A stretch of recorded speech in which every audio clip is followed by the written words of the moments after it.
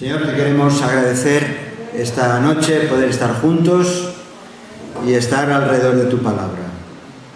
Y solamente queremos, Señor, pedirte que nos ilumines con tu presencia, con la obra de tu Espíritu Santo en nuestros corazones, que nuestro espíritu se regocije con ella, con tu palabra, que podamos sacar algo que nos impulse a servirte como tú te mereces y a honrarte y honrar el Evangelio que tú has depositado en nuestras manos. Tú has hecho y estás haciendo una obra en nuestras vidas y queremos, Señor, que eso transmita también a otros, que también puedan disfrutar del gozo de tener la seguridad de la salvación y también la esperanza de una vida eterna. Amén. Señor, todo te lo presentamos y pedimos tu bendición en nombre de Jesús. Amén, Señor. Amén. Bien, pues seguimos con Corintios. En el grupo de intercesión de nuestra iglesia, de nuestra comunidad, esta mañana hemos recordado que hoy vamos a tratar el capítulo 4 de 1 Corintios. ¿Lo habéis leído los que estáis por aquí? Sí. Bueno, premio para la niña. Un helado. Otro helado por ahí. Bien. Los que no lo habéis leído, no os quedéis sin helado con el calor que hace. Bien. 1 Corintios capítulo 4. 1 Corintios capítulo 4. Y vamos a leerlo ahora porque va a ser la base de lo que vamos a estar, detalles de este capítulo.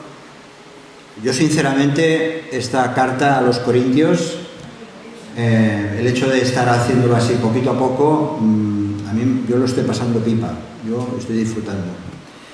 Y creo que todavía falta por entrar en el hueso. Ahora estamos en los prelogómenos, estamos en el aperitivo, pero más adelante son temas más complicados. Pero todo lo que estamos viendo hasta ahora, realmente hay que dar gracias al Señor por cómo inspiró a Pablo a escribir esta carta, o estas dos cartas, y a estos hermanos que de su experiencia nosotros también podemos aprender. Vamos a leerlo primero, 1 Corintios capítulo 4, son 21 versículos, y os voy a pedir vuestra colaboración, los que estáis presentes, 3 versículos cada uno, 3 versículos cada uno, bien fuerte, a ver si aquellos que nos están siguiendo también a través del Facebook, de las redes, pueden oíros, ¿vale? ¿Empiezas tú, Ángel, si plau? Bueno, por cierto, una vez más recordamos, los subtítulos que hay, o los títulos que hay de los capítulos, esos no están en la Biblia original. Eso forma parte de los editores, los que han editado la Biblia, ¿no?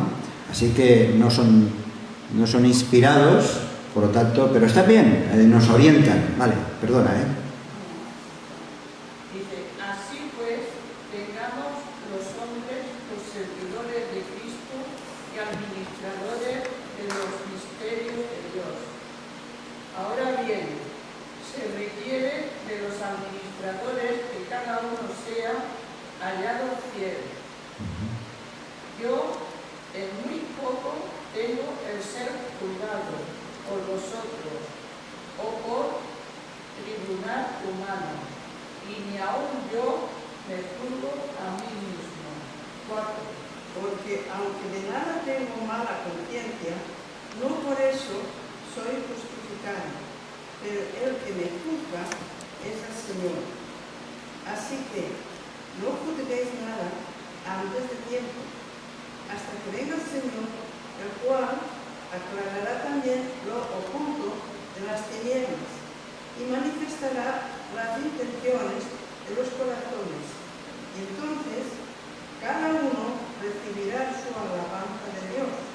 Pero esto, hermanos, lo he presentado como ejemplo en mí y en Apolos, por amor de vosotros, para que nosotros aprendáis a no pensar más de lo que está escrito, no sea que por causa de uno os envanezcáis unos contra otros. 7.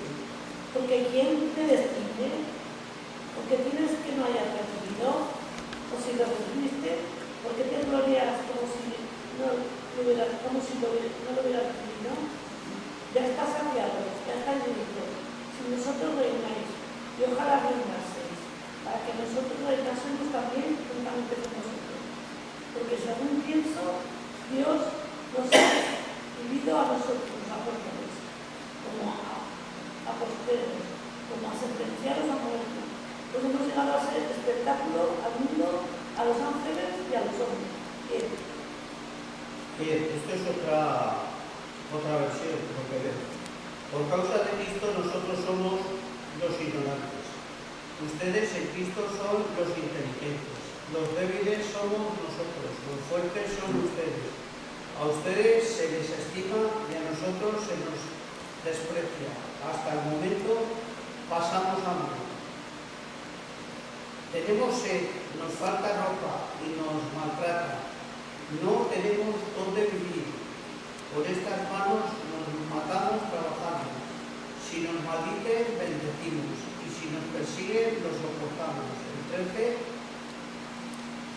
13. Si ens difamen, responem dòcilment. Ens hem tingut per deixalles, del món com rebuig de tothom fins a aquest moment.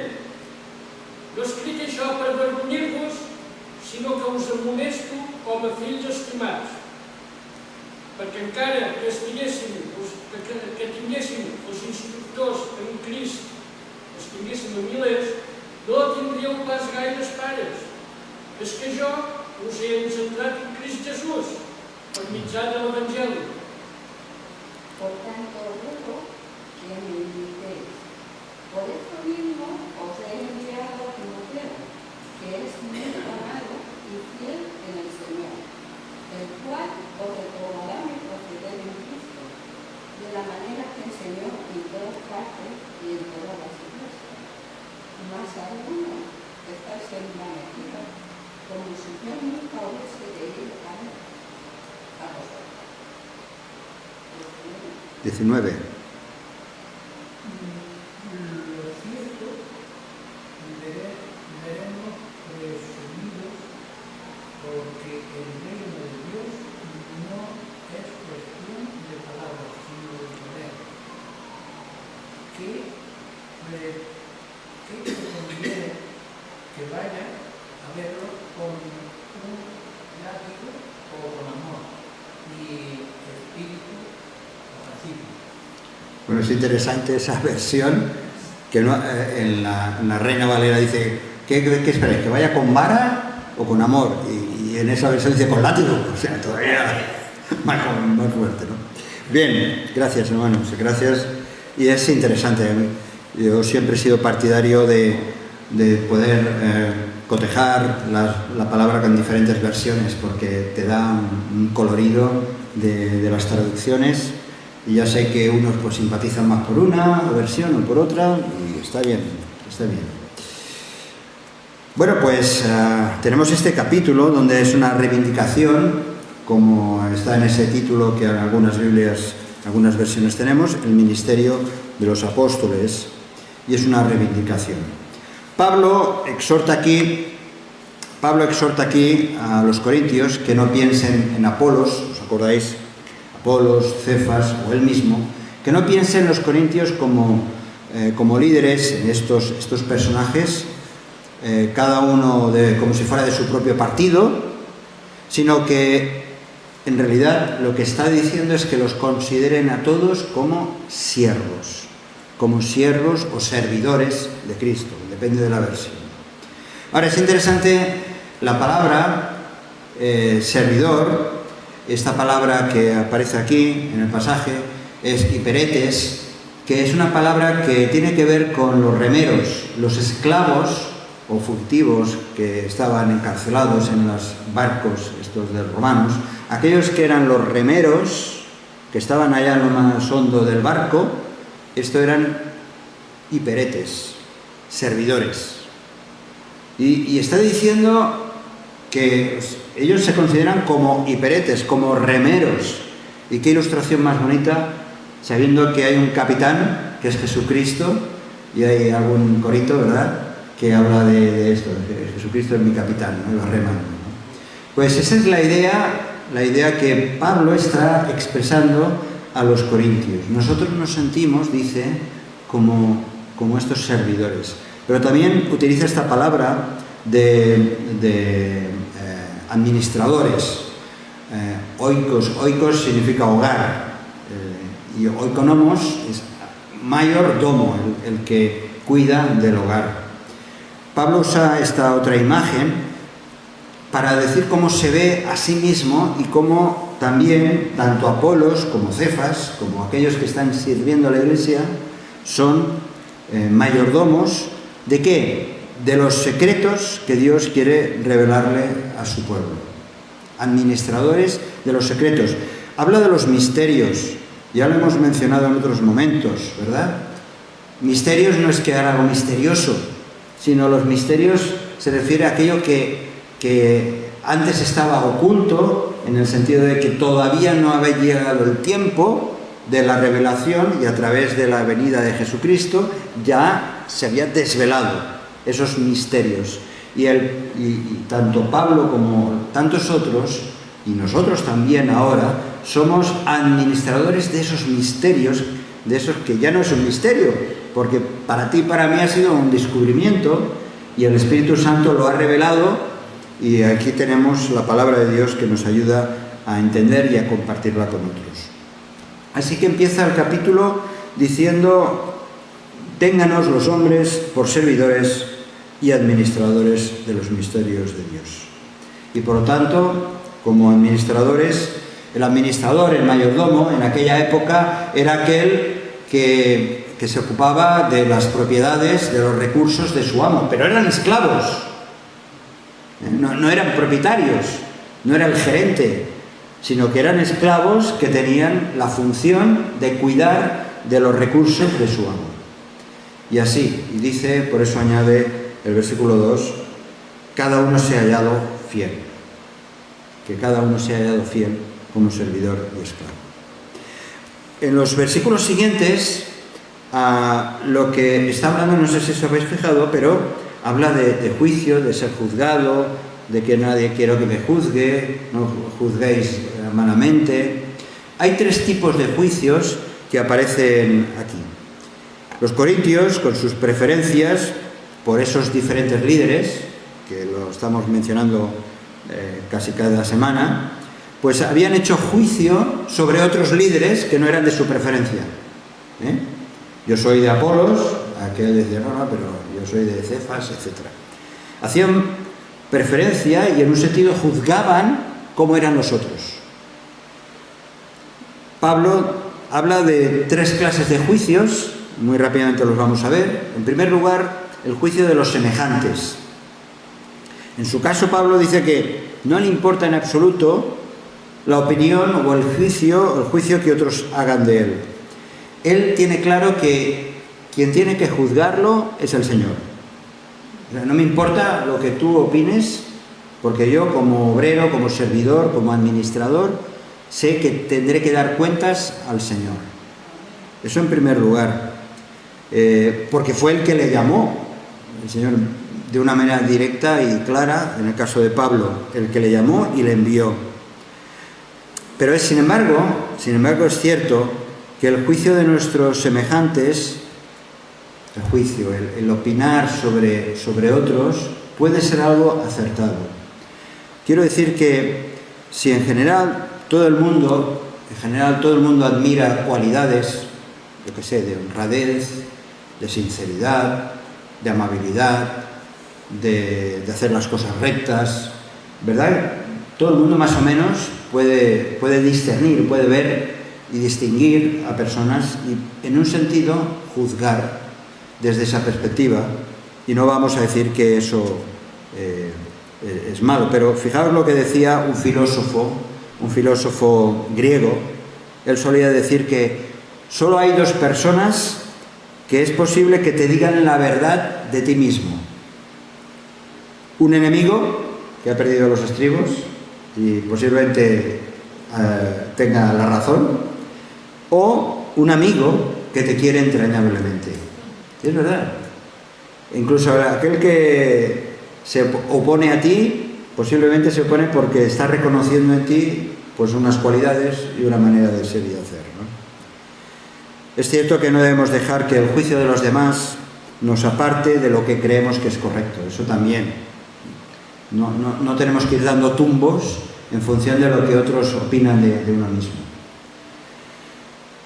Pero también está diciendo Pablo su propio juicio. Una vez más, Pablo no le da ninguna importancia a lo que los otros digan. Sabía muy bien que el juicio propio puede estar influenciado por la autoestima, es decir, qué es lo que tú opinas de ti mismo, cómo tú te valoras, tú haces tu propio juicio de ti mismo, de ti misma. Y muchas veces ese juicio está, o esa opinión que tú tienes de ti mismo, ahí entran factores, como decía, de autoestima, o quizá de soberbia, o de vanidad, o de demasiada humildad, que te laceras a ti mismo. Por eso hay que cuidar mucho de tu propio juicio. Hay una idea ética griega conocida por uno de los filósofos, que es conócete a ti mismo. Hay una frase por ahí que suena, que la hemos estudiado algunos hace miles de años. Conócete a ti mismo. Si se pierde el respeto sobre tu propia vida, entonces puedes incluso perder el respeto hacia la vida de los demás. Pero está en definitiva el juicio de Dios, que eso habla también Pablo. Finalmente, ese es el único juicio que importa, no el de los demás, no el que uno tiene de sí mismo, sino el juicio de Dios. Para Pablo, el juicio que esperaba no era de cualquier tribunal. Y así ocurrió finalmente, que a Pablo pues lo condenaron y le cortaron la cabeza. Pero no está hablando de ese juicio, está hablando del juicio de Dios. Ese es el definitivo, y es el definitivo por dos razones principales. Porque solo Dios conoce tus circunstancias, solo Dios conoce las circunstancias reales de tu vida. Él sabe las luchas que tienes y que has tenido en el pasado, esas luchas y esos secretos que están en tu corazón. Y solo Dios conoce ese fondo. Tú a mí me explicarás lo que quieras, lo que puedas incluso, y lo harás con toda sinceridad, pero el fondo de las circunstancias solo la conoce Dios. Y Dios va a juzgar esas circunstancias, pero también va a juzgar las motivaciones. El Señor conoce nuestras motivaciones.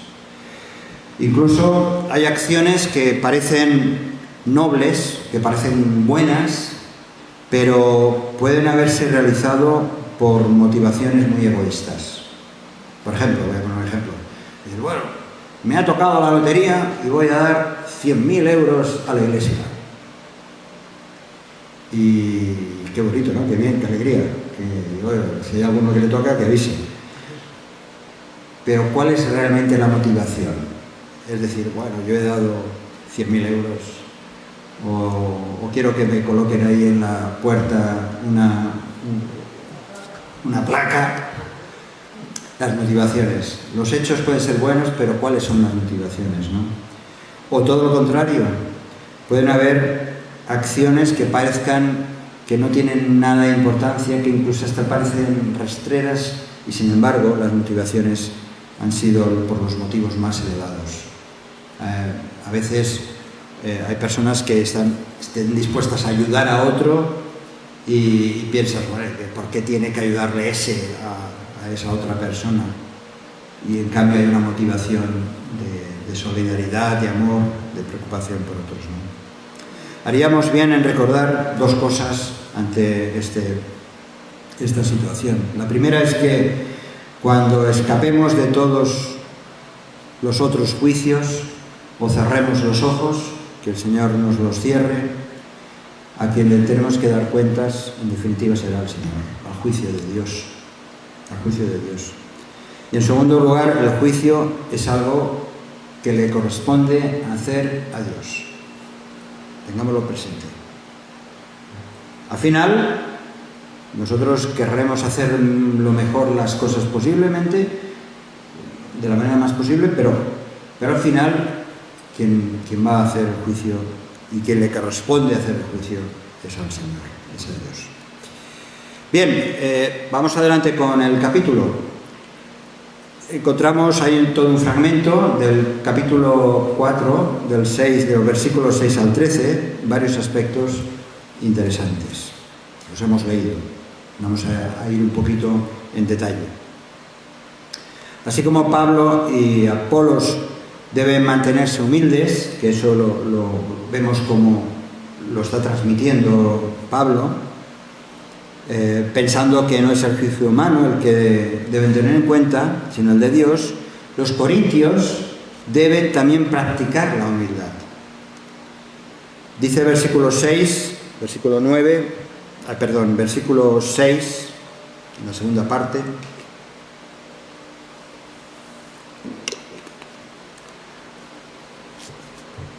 Para que nosotros aprendáis a no pensar más de lo que está escrito. Dice, a no pensar más de lo que está escrito. No sea que por causa de uno os envaidezcáis unos contra otros. Pablo no les habla desde las alturas de su apostolado, ya desde el principio lo ha dicho, siervo y mayordomo, sino que él está al mismo nivel que los demás y que tiene las mismas limitaciones. Si de verdad quisiéramos ayudar y queremos ayudar a otros, nuestra actitud siempre ha de ser de misericordia, nunca de condenación. Ha de ser de gracia, ha de ser de compasión, ha de ser una actitud no de crítica, sino de construcción. Ni siquiera imaginarnos cosas que no son. ¿Cuántas veces metemos la pata o nos imaginamos situaciones de otros, verdad? Y estamos equivocados 100%. Y luego nos damos con la verdad en las narices, porque hemos pensado más de lo que debíamos haber pensado. Pablo les hace una pregunta fundamental. Una pregunta, le dice en el versículo 7, dice, ¿qué tienes que no hayas recibido? ¿Qué tienes que no hayas recibido? Les hace, de pronto, esta breve frase nos habla de la gracia.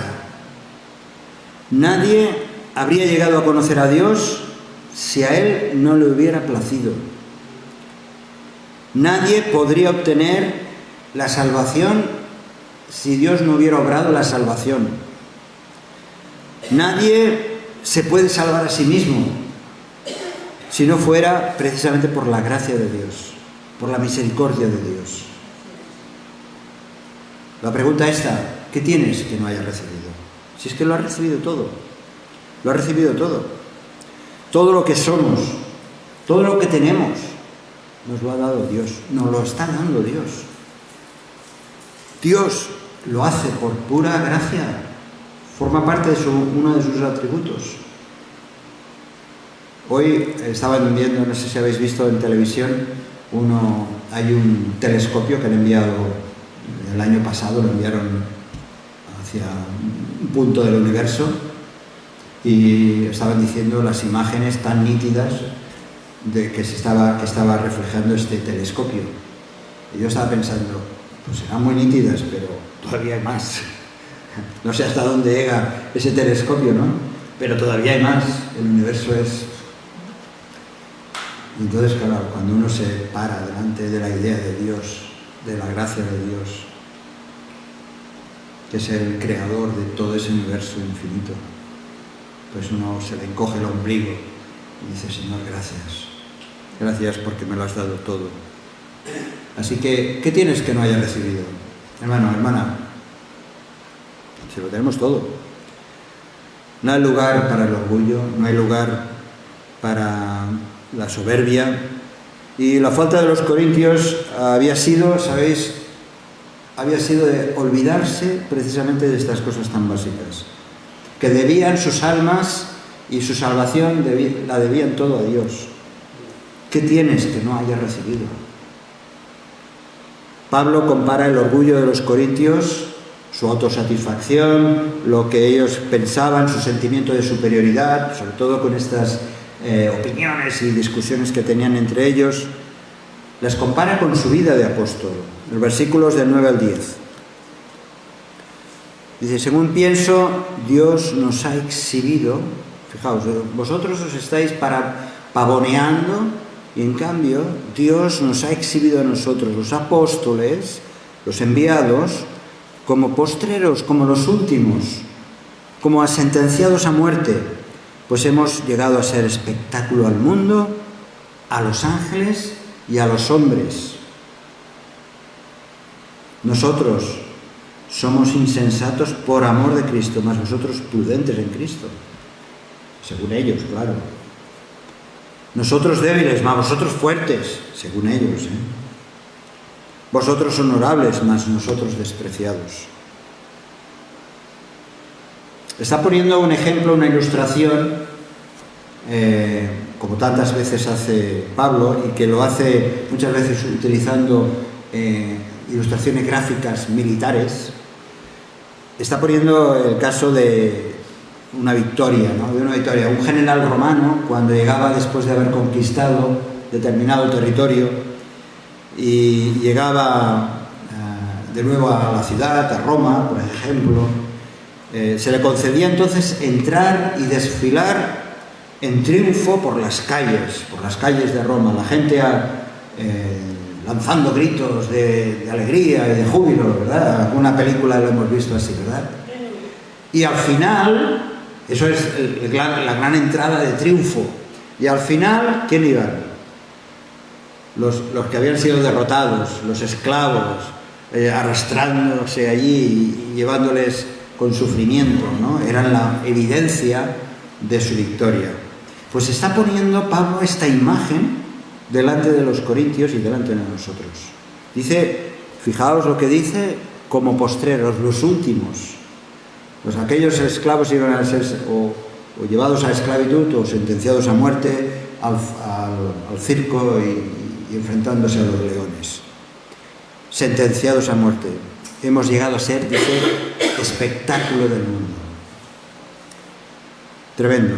Para los corintios, la vida cristiana consistía en desplegar sus privilegios, presumir de logros personales, pero para Pablo, una vida de humilde servicio, siempre dispuesto a morir por Cristo. ¿Y es lo que pasó? Es lo que pasó, como tantos otros. En los versículos 11 y 12 dice, hasta ahora padecemos hambre, tenemos sed, estamos desnudos, somos abofeteados, no tenemos morada fija, no tenemos donde reposar, nos fatigamos, trabajando con nuestras propias manos, nos maldicen y bendecimos, padecemos persecución y la soportamos. Dice un par de cosas, dos palabras aquí a destacar en estos versículos. Podríamos entrar en muchas más, pero por lo menos dos. Dice que los abofetean o les dan paliza, me parece que alguno de vosotros ha leído. Esta palabra se usa, esta palabra es una palabra también griega, de abofetear, se usa para darle, cuando querían darle una paliza a un esclavo, usaban esta palabra, de abofetear. Pablo estaba dispuesto, por causa de Cristo, a que le trataran como esclavo. Estaba dispuesto a sufrir. La otra palabra, cuando dice, cuando nos maldicen, bendecimos, una locura. Para los antiguos, seguramente la humildad, esta humildad cristiana, era una virtud totalmente nueva, desconocida. Encima que te están maldiciendo, tú estás bendiciendo a la persona. Esa clase de conducta parecería estúpida, parecería loca, y en cambio esa es la sabiduría de Dios para este mundo. Claro, esta fue una constante de Pablo. En Romanos capítulo 12, versículo 14, Romanos 12, versículo 14. Podemos leer. Joan, ¿lo tienes? Sí. Bien fuerte, por favor. Yo tengo la nueva versión internacional. ¿No es la Biblia? Sí. Ah, vale. Bendigan a quienes los persigan, bendigan y no maldigan. Bendecid, en la versión Reina Valera, bendecid a los que os persiguen, bendecid y no maldigáis. No, Pablo no se lo sacó de la manga, no fue que era muy... Ya lo era, claro que sí, pero no era una idea suya propiamente dicha, sino que lo aprendió del propio Señor Jesús. Una de las cosas que enseñaba el Señor Jesús, y lo encontramos en Mateo capítulo 5, en las bienaventuranzas, Mateo 5, versículo 44, entre otros momentos, por supuesto, y no solamente palabras que enseñaba Jesús, sino que fue su conducta. Padre, perdónales porque no saben lo que hacen. Encontramos aquí estas otras palabras sobre las que está basado el mismo mensaje que Pablo estaba dando a los corintios. Mateo 5, 44. ¿Quién lo lee, por favor? Alguien que no haya leído antes. Pero yo os digo, amad a vuestros enemigos, bendecid a los que os maldicen, haced bien a los que os aborrecen, y orad por los que os ultrajan y os persiguen. Ya vemos que el Señor Jesús, desde el inicio de su ministerio, tenía bien claro que había que bendecir a los que nos maldicen. Orad por los que os ultrajan y os persiguen, además. Bueno, pues ese era el carácter que Pablo tenía que confrontar con aquellos que querían presumir en sus ideas, como eran los corintios de aquel momento. Y entonces pasa en una otra fase del capítulo 4 de 1 Corintios, volvemos al capítulo 1 Corintios, se muestra como padre espiritual de ellos. Pablo termina esta sección de la carta que trata de estas cuestiones de disensiones y divisiones que habían ahí en Corinto, escribe como un padre. La misma palabra que usa en el versículo 14, dice: no escribo esto para avergonzaros, sino para amonestaros como a hijos amados.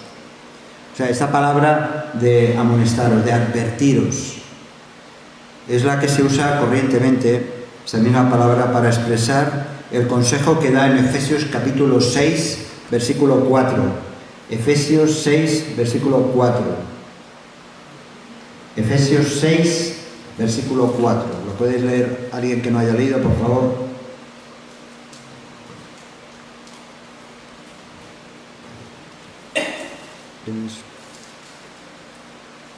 Ustedes, padres, no hagan enojar a sus hijos, sino críenlos según la disciplina e instrucción del Señor. Bueno, no provoquéis a ira, como dices otra vez. Ustedes, padres, no hagan enojar a sus hijos, sino críenlos según la disciplina e instrucción del Señor. Ajá. Es que esta es otra... Sí, es otra versión. Bien, no es la severidad que humilla a un esclavo indisciplinado, sino la que trata de encauzar a un hijo que se ha desviado. Esa es la actitud de Pablo frente a los corintios. No se trata de humillarles porque hay pecado, porque tienen actitudes incorrectas, sino como padre, igual aquellos que somos padres y abuelos, algunos, cuando intentas disciplinar no es para humillarlo. Si eso ocurre, entonces ese niño va a crecer mal, va a subir mal si es humillado por su padre o su madre. quieres porque le amas, porque quieres lo mejor para él, intentas ayudarle para que pueda ir desarrollándose y madurando en su propio carácter. Pablo era consciente de que se encontraba en una posición única porque él había sido el padre espiritual de la Iglesia y por eso utiliza este término de tutor o ayos, como se ha leído. Me parece que tú dices instructor, en la versión en catalán dice instructor, instructores. El pedagogos, que es la palabra. El tutor también era un esclavo. Un esclavo normalmente solía ser un esclavo anciano, con mucha experiencia, de mucha confianza. Era este ayo, este tutor que cuidaba o enseñaba a los niños de la casa y acompañaba a los chicos a la escuela y les enseñaba cuestiones morales y cuidaba de su carácter y trataba de hacerle un hombre de bien o una mujer de bien. Así que un niño podía tener muchos tutores, pero solamente tenía un padre. Podía tener muchos que eran esclavos, pero solamente lo que tenían era un padre. Una madre también, claro, pero un padre. Por eso Pablo, en Gálatas capítulo 6, 24, no hace falta que busquéis, dice: de manera que la ley ha sido nuestro ayo que nos ha acompañado para llevarnos a Cristo a fin de que fuésemos justificados por la fe. En el futuro seguro que los corintios tendrían muchos tutores, muchos maestros, muchos instructores, pero solamente uno, Pablo, era quien podía decir: yo soy vuestro padre espiritual, ¿no? Por eso tenía, digamos, el derecho, la autoridad espiritual de llevarlos, de amonestarlos y de llevarlos en el camino que el Señor estaba trazando. Y es por eso que concluye con lo que diría es como si fuera un gancho de un pugilista, ¿no? De un boxeador, con esta frase en el versículo 16. Por tanto, después de que os he demostrado que yo sufro, soy un siervo, soy un mayordomo, estoy dispuesto a estar al final y sufrir todas las consecuencias de ser un servidor de Cristo, por eso yo ahora tengo el derecho, la autoridad para decir: imitadme. Os ruego, dice, os ruego que me imitéis, ¿verdad? Eso nos llama la atención, porque es algo directo, bien claro. Es raro que un padre suela decir, bueno, a veces sí que los padres podemos decir: si yo hago esto, tú también. Vale. Y a veces por eso van mal, porque nosotros no somos buenos ejemplos. Pero aquí, de una manera muy clara, Pablo, no por orgullo, sino por absoluta sinceridad, anima a esos hijos espirituales a que le imiten en la fe. Luego en el capítulo 11, versículo 1, lo dice también, pero fijaos, da una clave, ir a 1 Corintios 11, 1, lo vuelve a repetir, pero da una clave más. ¿Cuál es la clave? Como yo de Cristo. Sed imitadores de mí como yo de Cristo. Y eso ya, es un alivio, porque ese era el deseo de Pablo, de ser un imitador de Jesús, de carácter, de entrega, de sacrificio, de servicio. Sed imitadores de mí como yo de Cristo. A otras iglesias, en otras cartas, encontramos también esta misma idea. A los tesalonicenses les dice: y vosotros vinisteis a ser imitadores de nosotros y del Señor, recibiendo la palabra en medio de la gran tribulación con gozo del Espíritu Santo. Hay varios pasajes que hablan de esta idea de imitar. Y luego les dedica, después de todo este párrafo, les dedica un delicado elogio. Dice en el versículo 17: por esto mismo, por todo esto que os he explicado, os he enviado a Timoteo, dice que es mi hijo amado y fiel en el Señor. Y aquí viene algo importante, y yo creo que incluso hasta es un consuelo para muchos de nosotros. Dice, el cual, Timoteo, os recordará mi proceder en Cristo, de la manera que enseño en todas partes y en todas las iglesias.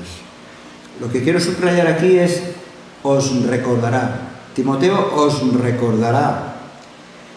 Quizá, y esto es lo que nos ocurre muchas veces, que a lo mejor incluso los corintios, no era tanto por rebeldía, no era tanto por su manera de proceder, sino que realmente se habían olvidado de muchas de las cosas que habían aprendido, que habían oído del propio Pablo y de Apolos y de otros.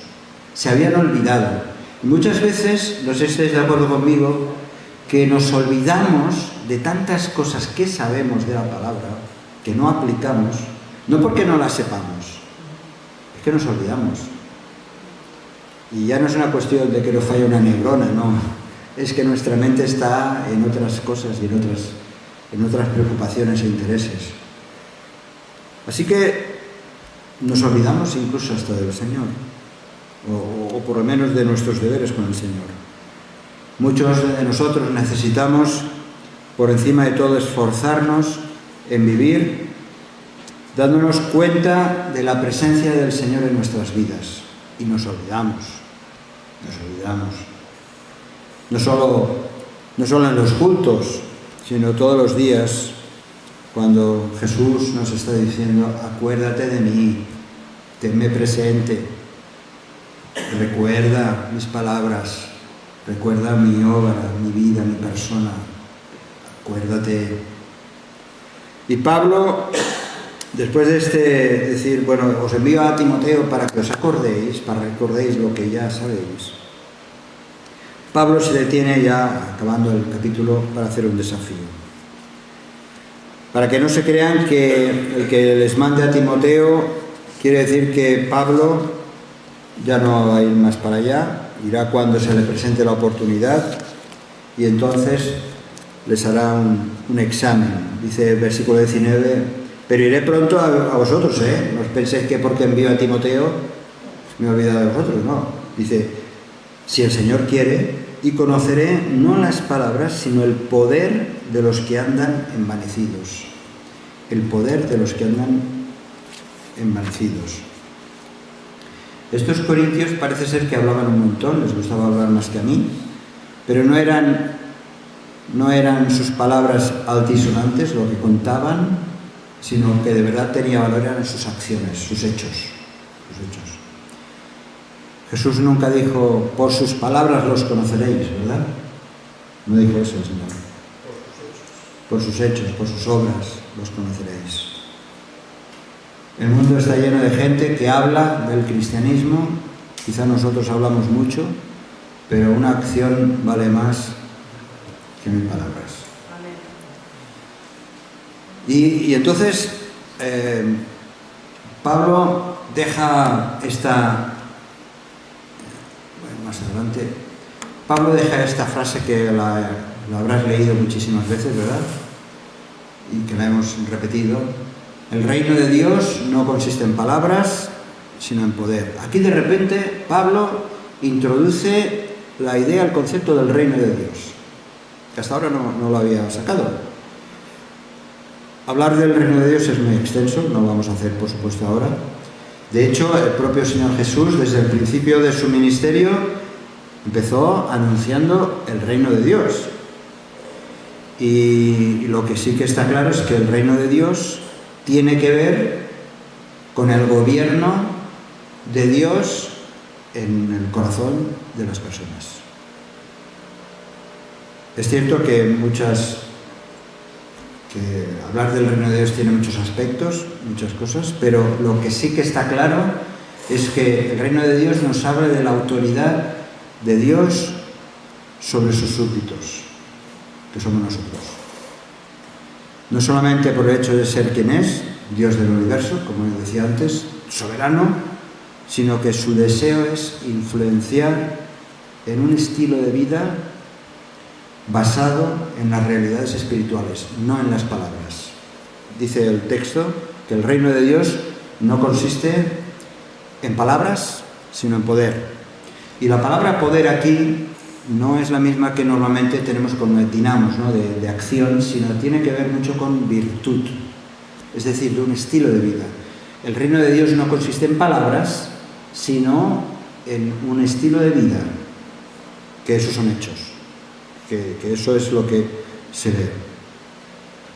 En Romanos capítulo 14, versículo 17, Pablo decía que el reino de Dios no es comida ni bebida, sino justicia, paz y gozo en el Espíritu Santo.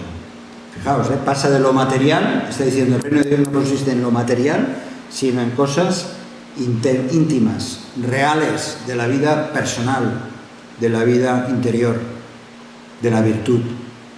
Y eso es poderoso. Y eso es poderoso.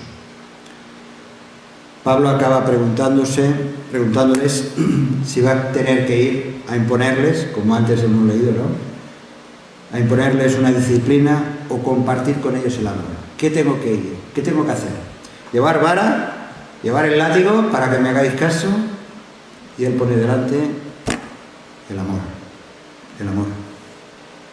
Así acaba el capítulo. ¿Iré a vosotros con vara o con amor y espíritu de mansedumbre? ¿Qué queréis? ¿Qué queréis? No era un amor ciego, no era un amor sensibilero, sino un amor que sabía cuándo había que imponer disciplina, porque había que imponer disciplina, como veremos en los capítulos siguientes. Y hay una clase de supuesto amor que puede causar la ruina de una persona a base de cerrar los ojos a sus faltas. Aunque yo quiera mostrarte amor, si tú no quieres ver tus errores, no va a haber cambio. Por mucho que yo te quiera, por mucho amor que yo quiera transmitir.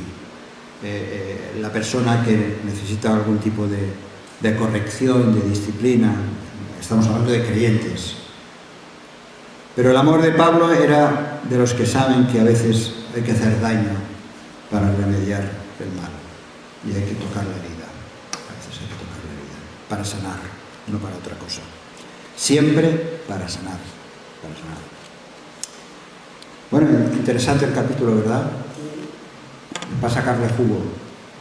Gracias al Señor por este texto tan precioso. Si este mensaje te ha bendecido o te ha ayudado en algo, puedes suscribirte a nuestro canal de YouTube. También conocerás nuestra comunidad, la Asamblea Bíblica del Camp de Tarragona, en Cambrils, España, a la que estás cordialmente invitada o invitado. También puedes seguirnos por las redes sociales. Los enlaces los encontrarás aquí abajo y podrás visitar nuestra página, así como conocer nuestros programas radiales y podcasts de Yum Radio. ¿Qué? ¿Te suscribes ya a nuestro canal?